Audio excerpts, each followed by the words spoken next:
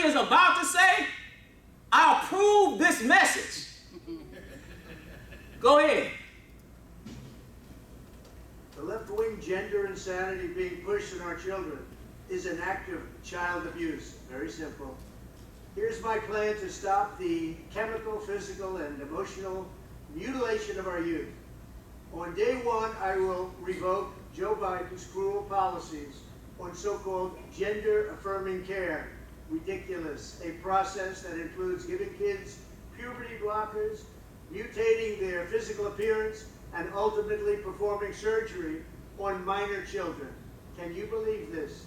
I will sign a new executive order instructing every federal agency to cease all programs that promote the concept of sex and gender transition at any age.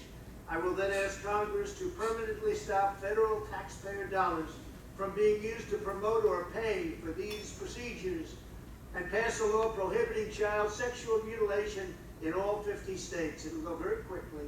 I will declare that any hospital or healthcare provider that participates in the chemical or physical mutilation of minor youth will no longer meet federal health and safety standards for Medicaid and Medicare and will be terminated from the program immediately. Furthermore, I will support the creation of a private right of action for victims to sue doctors who have unforgivably performed these procedures on minor children.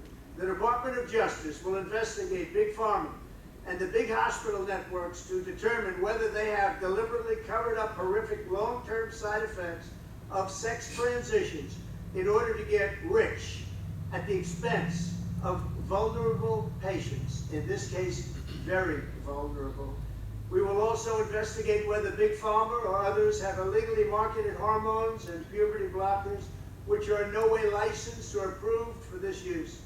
My Department of Education will inform states and school districts that if any teacher or school official suggests to a child that they could be trapped in the wrong body, they will be faced with severe consequences, including potential civil rights violations for sex discrimination and the elimination of federal funding.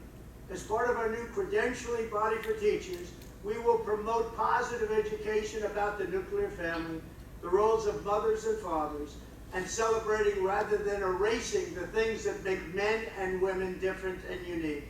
I will ask Congress to pass a bill establishing that the only genders recognized by the United States government are male and female, and they are assigned at birth.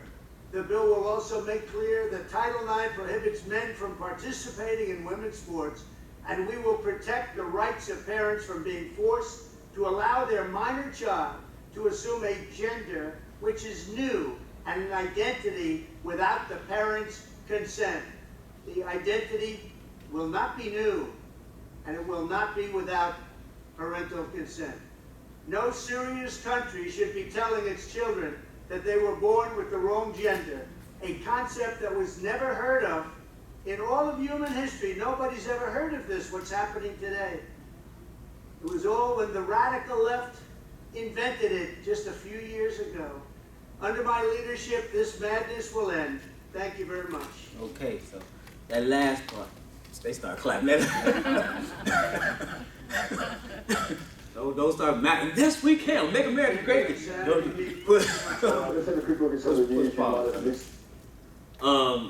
That last part he said, though, we'll find out that this is something actually that's ancient.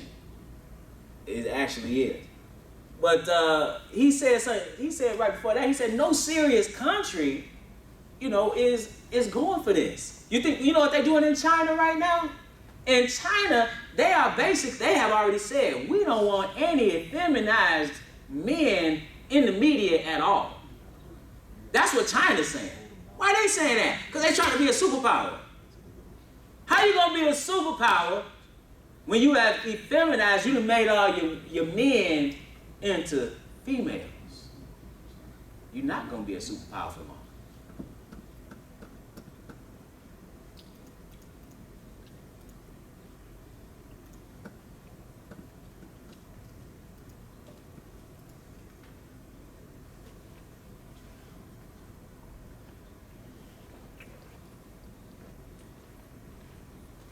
People got us with it. They got us. They got us. They got us. The first time.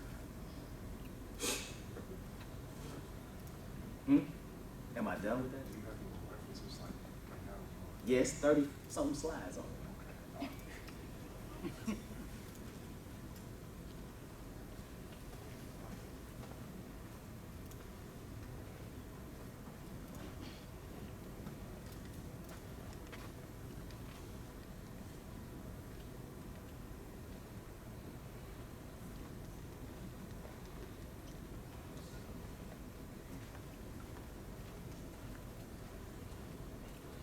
They might have got us for real. They were. All right.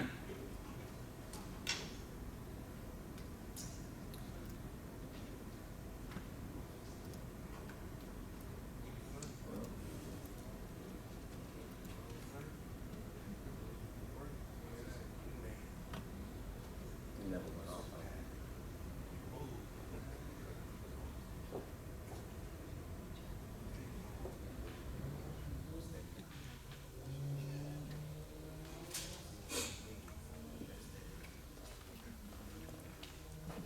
We can turn to Genesis 2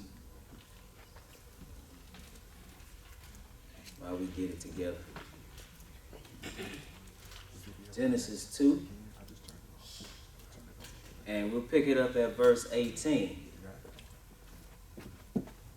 Because in Genesis 2 and 18, again, he made a male and female, and then he gave them, because again, we are sexual creatures, made with the equipment to reproduce. Okay? And so he made this man, but he gave them an institution in which that act was supposed to be carried out. This is Genesis 2 and verse 18. Genesis 2 and verse 18. And when you're ready, brother, you can go ahead and read it. And the Lord God said, "It is not good that man should be alone. I will make him an helpmeet for him." So he had made the man, giving him commandment, giving him purpose, but then he said it's not good that the man should be alone. I will make an helpmeet or fit for him. Let's keep reading. And out of the ground the Lord God formed every beast of the field and every fowl of the air, and brought them unto Adam to see what he would call them. Go ahead. And whatsoever Adam called every living creature, that was the name thereof. Okay, so Adam named everything according to function. It said, out of the ground the Lord God formed every beast of the field and every fowl of the air, and brought them unto Adam to see what he would call them. And whatsoever Adam called every living creature, that was the name thereof. Okay, let's keep going. Let's go to verse 20. And Adam gave names to all cattle, and to the fowl of the air, and to every beast of the field. But for Adam there was not found an helpmeet for him. Okay, so he couldn't just have any helpmeet. Out of all the animals on earth, there was none that could help him in the capacity that he needed to be helped. Let's pick it up at verse 21. And the Lord God caused a deep sleep to fall upon Adam, and he slept. Go and ahead. He took one of his ribs and closed up the flesh instead thereof. Go ahead. And the rib which the Lord God had taken from man, made he a woman, and brought her unto the man. Okay, so he took the man's rib. He took the essence of the man and fashioned the woman. This shows you the closeness of a man and a woman and the appropriateness of a man and a woman. And the rib which the Lord God had taken from man, made he a woman and brought her unto the man. And what did Adam say? Because he's naming everything according to function. Go ahead. And Adam said, "This is now bone of my bones, and flesh of my flesh. Go ahead. She shall be called woman, because she was taken out of man." So he said, this is now bone of my bones and flesh of my flesh. She shall be called woman, Isha, because she was taken from out of man, Ish. That's what a woman is, from man. That's what it means. Verse 24. Therefore shall a man leave his father and his mother, and shall cleave unto his wife, and they shall be one flesh. He says, so therefore shall a man leave his father and his mother, and shall cleave unto his wife, and they shall be one flesh. Okay? So what does it mean to be one flesh? Let's pick it up in 1 Corinthians, the 6th chapter. 1 Corinthians, the 6th chapter. You might have to help that, brother. 1 Corinthians, the 6th chapter, and verse 13. It reads, meats for the belly, and the belly for meats. But God shall destroy both it and them. Now the body is not for fornication, but for the Lord, and the Lord for the body. So he didn't make your body for fornication. There he is. Hold on one second. So now this is the president now. This is, you know, they get a whole month. June, they get the whole month. And right there, you see the flag, because they keep changing this flag. I even saw the newest flag had a communist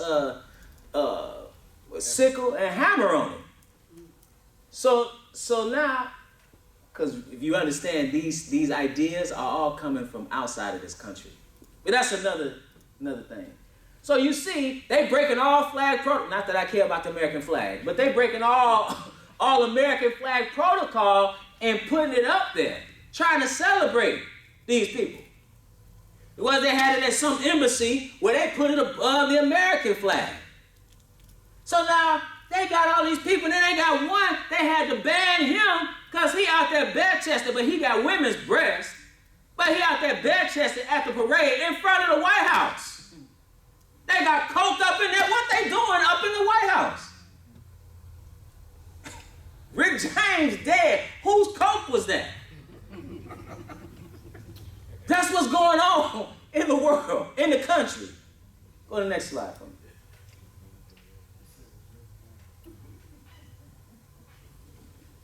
We're going to skip that one. Go to the next slide. You don't have to play it. Because that's Florida. They trying to get rid of all this stuff. But I want to read this. Because something's wrong with the individual's mind. There's only two genders. So this is his doctor. He says transgender surgery isn't the solution. Drastic physical change doesn't address underlying psychosocial troubles. He said, this is from Wall Street Journal. He said, quote, "Yeah, policymakers and the media are doing no favors either to the public or the transgender by treating their confusions as a right in need of defending rather than as a mental disorder that deserves understanding, treatment, and prevention. This intensely felt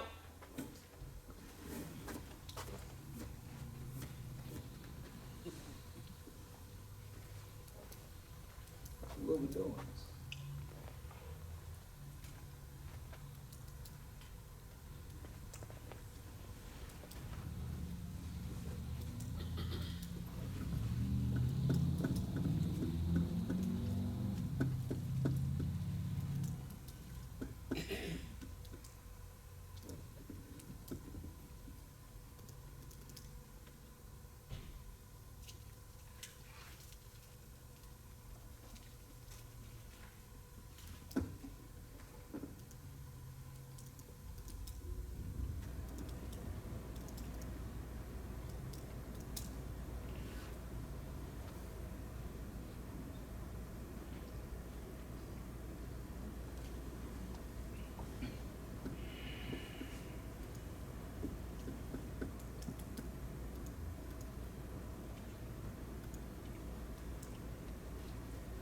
This intensely felt sense of being transgender constitutes a mental disorder in two respects. The first is that the idea of sex misalignment is simply mistaken.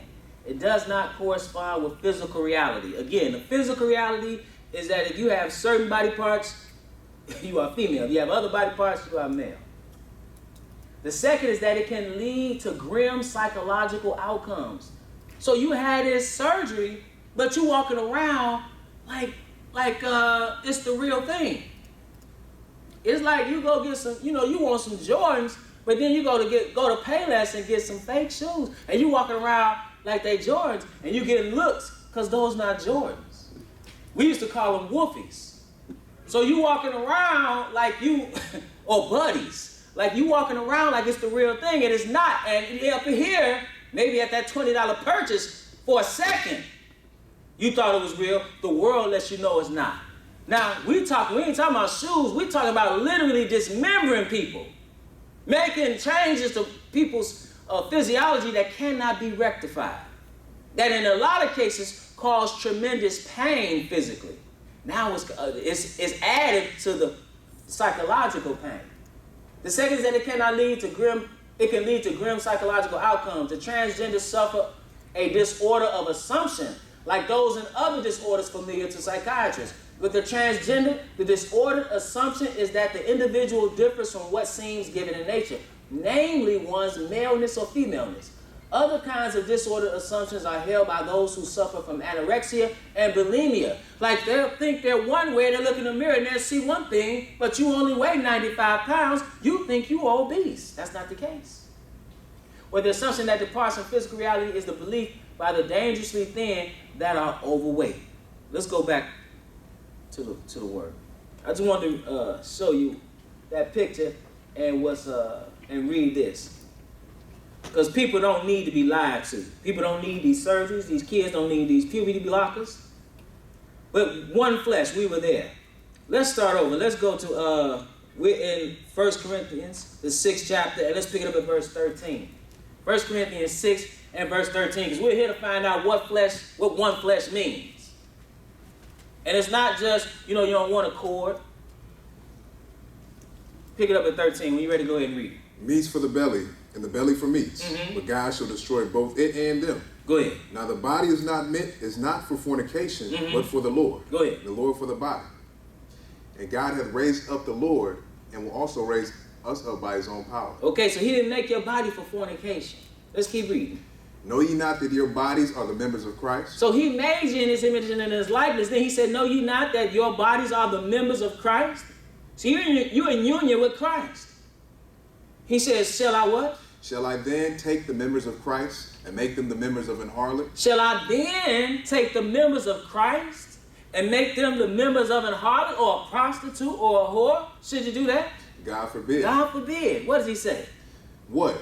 Know ye not that he which is joined to an harlot is one body? Go ahead. For two, saith he, shall be one flesh. So that's what one flesh is. So what's one flesh? Sexual intercourse. How you one? Because you were one in the beginning. You were one Adam. He took out of Adam the woman, and then